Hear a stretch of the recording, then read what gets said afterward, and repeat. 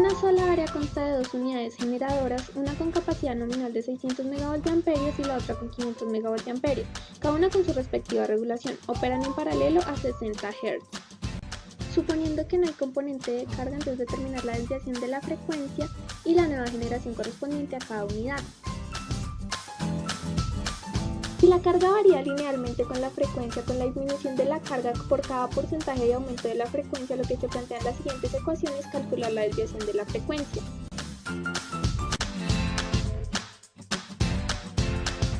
Para los incrementos de potencia y frecuencia relativos se designa un delta Pi y un delta F en por unidad, y para los incrementos absolutos un delta Pi en megavatios y un delta F en hertz. Para la participación en la regulación primaria de generadores en paralelo, la primera unidad variará su generación una cantidad de delta Pi igual a menos delta F sobre R1, así mismo con la segunda.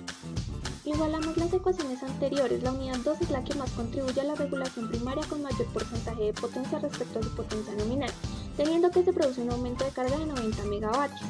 Resolviendo la igualación y el aumento de carga se tiene la siguiente matriz. Se obtiene que los incrementos de potencia absolutos son de 40 megavatios y de 50 megavatios.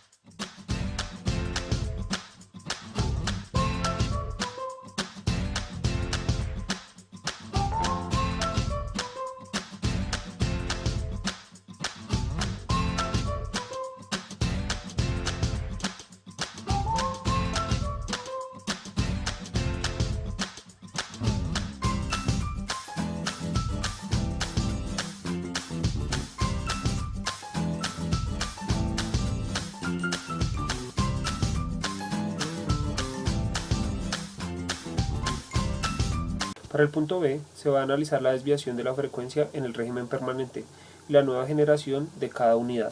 El ejercicio nos proporciona la siguiente información, donde por cada variación del 1% de la frecuencia, la carga va a variar 1,5%, donde también tenemos que la variable delta PLC, el cual es el cambio de carga que no depende de la frecuencia, es igual a 90 megavatios. También tenemos la variable D, que actúa como mecanismo de amortiguamiento de la variación de frecuencia y su valor es 1,5. Y debido a que el sistema no cuenta con regulación de velocidad en los generadores síncronos, la respuesta del sistema frente a una variación de demanda queda determinada por la constante de inercia H, donde se asume un valor de 5S. Por último, vamos a asumir una potencia base de 600 megavatios. La relación entre el incremento de la demanda total, delta PL, y el incremento de la frecuencia está determinado por la siguiente ecuación, donde delta PLC es el incremento de la potencia independiente de la frecuencia, delta F es la variación de la frecuencia y D actúa como un mecanismo amortiguador de la variación de la frecuencia. A continuación presentamos el diagrama de bloque representativo de nuestro sistema, donde tenemos como entradas delta PM, que es la variación de la velocidad del rotor del generador. Delta PLC es el incremento de potencia independiente de nuestro generador. En cuanto a nuestra planta tenemos 1 sobre 2 HS. Y en nuestro lazo de realimentación tenemos D, la constante de amortiguamiento. En cuanto a nuestra salida vamos a analizar la variación de la frecuencia. En la figura 2 se puede evidenciar cómo simplificamos un poco más nuestro diagrama de bloques, donde quitamos el lazo de realimentación y unimos este coeficiente de amortiguamiento a nuestra planta, para que quede un solo lazo directo. Aunque podemos hacer aún más simplificado el diagrama de bloques, haciendo igual a 0 la variación de velocidad del rotor debido a que no se dispone de un regulador de velocidad para un generador síncrono, o que no lo necesita, como se puede evidenciar en la figura 3. En la figura 4 se puede evidenciar ya reemplazando los respectivos valores. Para el respectivo análisis y en base al diagrama de bloques podemos extraer la constante de tiempo, la cual equivale a 0,66, y llevamos el incremento de potencia independiente de la frecuencia a PU, con su respectiva transformada de Laplace, la cual es un integrador. De este modo se coloca el incremento de la frecuencia en régimen permanente, donde se deduce que varía 6 Hz. La siguiente gráfica muestra el comportamiento de la frecuencia en función del tiempo, donde el efecto amortiguador de la carga hace que la frecuencia se estabilice en vez de crecer indefinidamente. Sin embargo, la variación de frecuencia, 6 Hz, ante la variación de la carga del 1,5%, sería impropio de cualquier sistema eléctrico moderno. Se hace por tanto necesario aplicar un sistema de control que tenga la frecuencia dentro de unos límites más estrechos. A continuación se va a describir la nueva generación correspondiente de cada unidad, donde en base a que la frecuencia tuvo un crecimiento del 0,1%, entonces en cuanto a la nueva generación correspondiente se tiene que para la unidad 1 varió 10 megavatios, para la unidad 2 varió 12,5 megavatios. Eso quiere decir que la demanda ha descendido un total de 22,5 megavatios. Con el fin de comprobar el ejercicio planteado en la materia de análisis de sistemas de potencia, se realiza una simulación por medio del software Simulink, un módulo de MATLAB, con las siguientes características. El problema nos plantea una unidad generadora de 600 megavoltiamperios con una regulación de velocidad de 0,06 en por unidad y 500 megavoltiamperios para la unidad 2 con una regulación de velocidad del 0,04.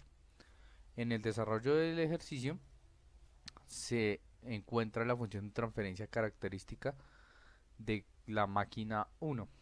Dado que la frecuencia tiene variaciones con respecto a la máquina con mayor potencia nominal, solo la simulación se aplica para esta unidad. Para el desarrollo del mismo se plantean 4 sistemas, en los cuales se cuenta con un lazo abierto, un lazo retroalimentado sin controlador, un lazo retroalimentado con un controlador proporcional y y el mismo sistema, pero en vez de un controlador proporcional, con un control de tipo PID. Inicialmente se plantea un tiempo de 100 segundos para el desarrollo del sistema.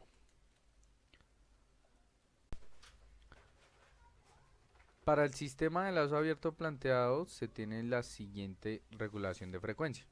No obstante, como estos valores están por unidad, la frecuencia de 60 Hz a la cual deseamos llegar está aproximadamente en 0.6.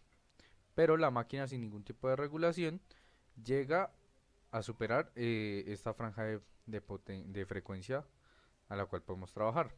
Por esto, planteamos un sistema retroalimentado.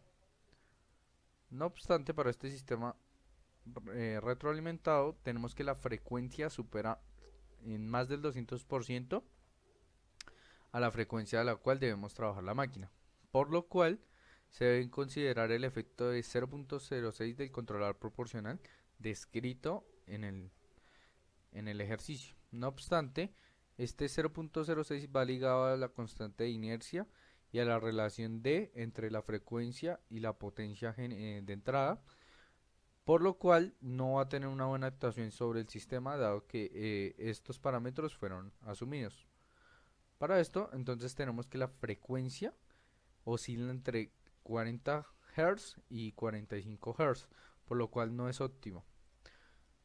Para solucionar este problema, hacemos la aplicación de un control PID con un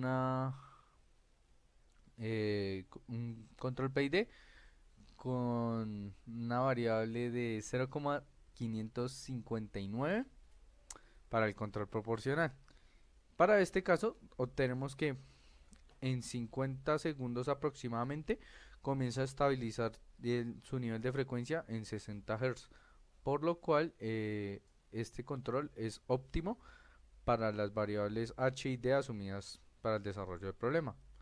Con el fin de comparar los 4 sistemas planteados, desarrollamos la siguiente gráfica, en la cual se puede observar que para el lazo abierto, sin efecto del control, tenemos que nuestro nivel de frecuencia supera a lo que nosotros esperamos. Para un lazo cerrado sin control, vemos que se podría suponer que la frecuencia tiende a infinito o tiende a ser muy grande y no es óptimo para nuestro sistema. Para solo la actuación del P propuesto en el problema, tenemos que la frecuencia es muy baja comparada a los demás sistemas. Y con el control PID, nuestra frecuencia va a estabilizarse desde 50 segundos para llegar a 60 Hz.